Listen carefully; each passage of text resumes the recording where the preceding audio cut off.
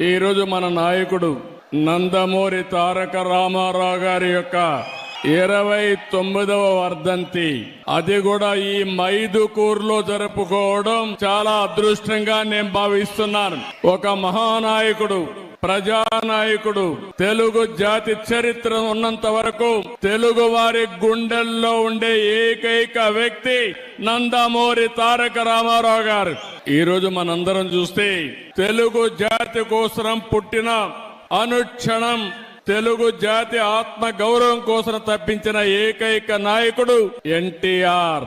ఎన్టీఆర్ అంటే 3 అక్షరాలు కాదు, తెలుగు వారి ఆత్మ గౌరవం. ఇంకొక పక్క మనం చూస్తే పేదవాడి గుండెల్లో తీపి జ్ఞాపకం, బడుగు బలహీన వర్గాల గుండెల్లో చెరగని ధైర్యం.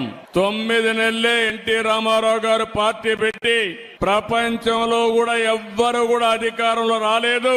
అది ఒక్క ఎన్టీఆర్ కే సాధ్యమైంది.